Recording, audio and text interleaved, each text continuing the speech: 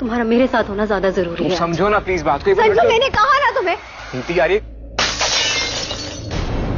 पार्वती को cold storage में बंद कर दिया नीति ने, और दोबारा से अब पार्वती के सामने ये सच तो आ ही गया है कि भाई ये तो पहले भी इसने ऐसे ही किया था ना, यहाँ पर परी के साथ उसने ऐसी पिछले साल भी मारने की कोशिश की थी, और यहाँ पर उसने दोबारा से मुझे फंसा दिया और ये बोलकर कि भाई मेरी जो मॉम है इसके अंदर है और यहाँ पर तो कोई भी नहीं है, और दरवाजा बाहर से बंद कर दिया है। नीति ये सब क्या है? दिमाग खराब हो गया क्या तुम्हारा? क्या कर रही हो? नीति मैं तुमसे बात कर रहा हूँ, ये क्या किया तुमने? क्यों तोड़ा glass? It's not even funny, लेकिन एवरी सिंगल डे तुम्हारा पागलपन तो बढ़ता ही जा रहा है। I mean, तुम्हारी प्रॉब्लम क्या है? हाँ, ये मेरी पार्टी है। अब ये तो समझ में आ गया है भाई पार्वती को कि नीति ने ये सारी चीजें की है, लेकिन अब बाहर कैसे निकले? क्योंकि नीति ना बाहर खड़े होकर बहुत खुश हो रही है और उसको लग रहा है कि अब 1 घंटे बाद इसकी जान चली जाएगी और मेरे से छुटकारा मिल जाएगा, और यहाँ पर मैं राजीव से भाई अब शादी कर लूंगी। क्योंकि जब से ये जिंदगी में आई है ना, तब से भाई राजीव थोड़ा सा कंफ्यूज हो गया है। और मैं अपनी पार्टी में इस तरह की बदतमीजी, इस तरह का पागलपन बिल्कुल टॉलरेट नहीं करूंगी।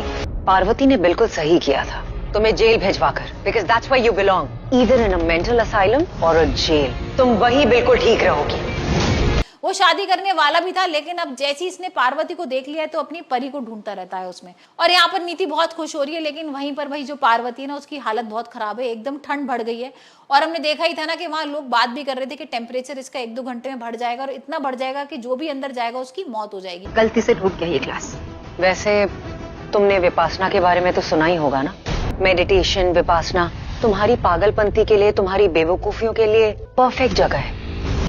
और यहाँ यही हो रहा है, यहाँ पर उसकी हालत खराब होती जा रही है और वो जोर जोर से चिल्ला रही है। लेकिन इतने में ना राजीव को पता लग जाता है कि वो इसके अंदर है, और यहाँ पर वो दरवाजा तोड़ वोड़ के अंदर चला जाता है। अब जैसी पार्वती को वो ढूंढता है, पार्वती मिल तो जाती है, उसको उठा के भी बाहर ले आता है। लेकिन इतने में भाई जो नीति की माँ है ना, वो दोबारा से बंद कर देती है राजीव। और आई एम रियली सॉरी, मुझे ये नहीं करना चाहिए था। अगर सॉरी बोलना ही है तो मुझे नहीं, इन्हें बोलो। नहीं संजू, मैं ना तो इन्हें कभी सॉरी बोलूंगी और ना ही पार्वती को।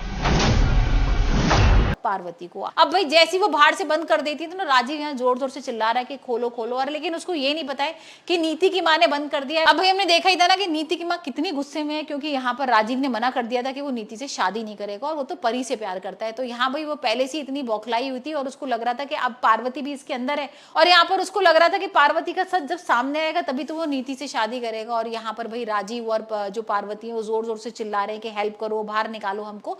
और ये सारी आवाज ना नीति सुन लेती है। नीति को लगता है अरे मेरा संजू तो अंदर है, ये कैसे चला गया? और यहाँ पर दिलजीत भी होता है, और यहाँ पर हो सकता है कि नीति की माँ के साथ दिलजीत ने भी उसको धक्का दिया हो संजू को और उसको बंद कर दिया। अब वो बोल रहा है कि बंद हो जान दो, कोई बात नहीं, और तुम अगर खोल दोगी तो भाई तुम्हारा पर्दाफाश हो जाएगा, तुम्हारा खुलासा हो जाएगा सारी चीजों का और हम फंस जाएंगे। लेकिन नीति मानती नहीं। नीति कहती नहीं, मैं अपने संजू को नहीं मरने दूंगी, और अगर संजू मर जाएगा तो फिर मेरी जिंदगी में क्या रह जाएगा। और यहाँ पर नीति ना जबरदस्ती कर रही है, दरवाजा खोलने को ही होती है, इतने में दिलजीत आएगा और उसको सर पे एकदम से रॉड मार देगा और वो बेहोश हो जाएगी। अब भाई यहाँ पर नीति तो कुछ नहीं कर पा रही है। अब यहाँ पर दिलजीत की अलग प्लानिंग है कि भाई संजू मर गया तो मेरे हाथ लग जाएगी उसकी सारी प्रॉपर्टी। तो देखते हैं आने वाले एपिसोड में भाई राजीव और पार्वती को कौन बचाता है या फिर इन दोनों की मौत हो जाएगी।